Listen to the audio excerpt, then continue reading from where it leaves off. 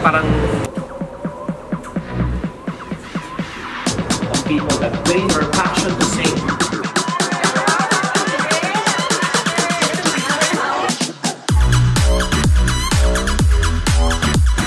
Alam na naman natin lahat expect nila na magaling kumanta si Katrina, but you will see Katrina like never before. Super duper iba yung mga numbers na dito. One of a kind.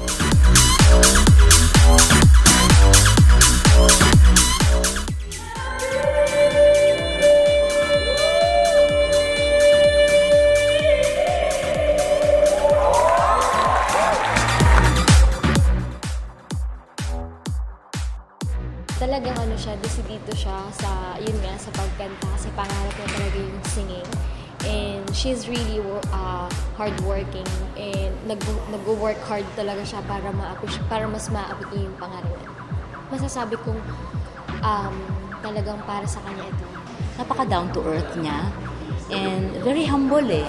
Kahit naman alam niya na magaling siya, although hindi niya inaamin na magaling. Well, super humble nga eh. Like, kahit nasabihin mo magaling siya, hindi mo makikita sa kanya yung may yabang o may aura na magaling ako.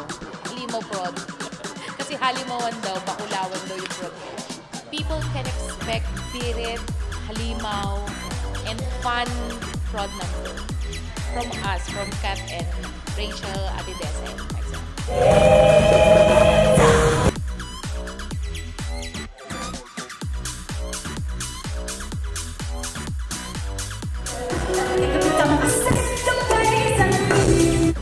Her musicality is so high, so rich that if you're not careful and if you don't prepare, you'll be left behind. Even if she doesn't try, you'll be overpowered talaga by her voice.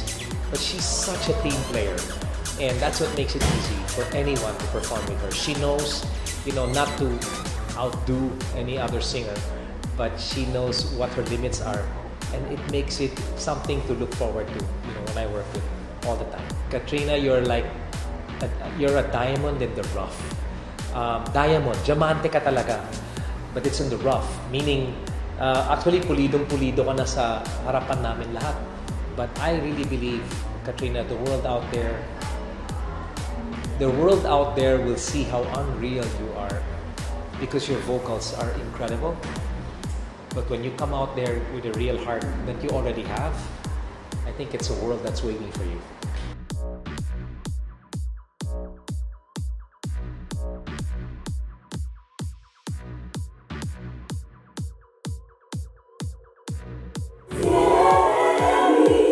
Meron siyang impersonation, siyempre, na number.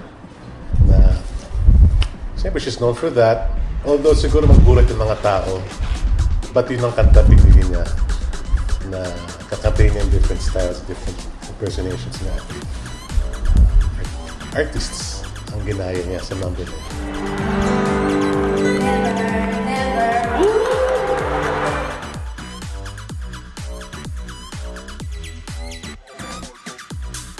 Sikat, wala ka nang masasabi ng title pa lang, sikat ako. So wala ka nang matatanong pa. I think it's time for her to shine. I think people need to hear her talent. Sobrang na-excite ako for her and na-excite ako para sa mga supporters niya na alam kong mas lalo magiging proud sa kanya after ng gabi na to.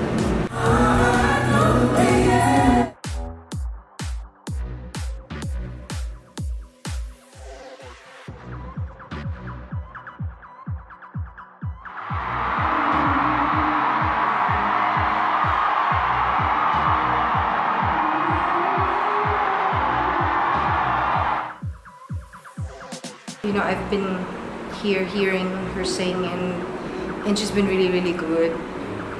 Sobrang condition yung boses niya. So, God bless you and more concerts to come. And yun, congratulations sa lahat. God bless.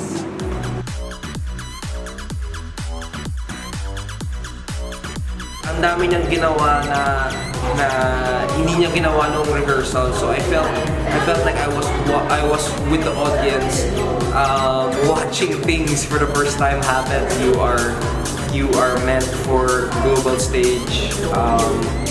I'm so honored, so happy, so excited for you, and I am just so honored to be part of your career.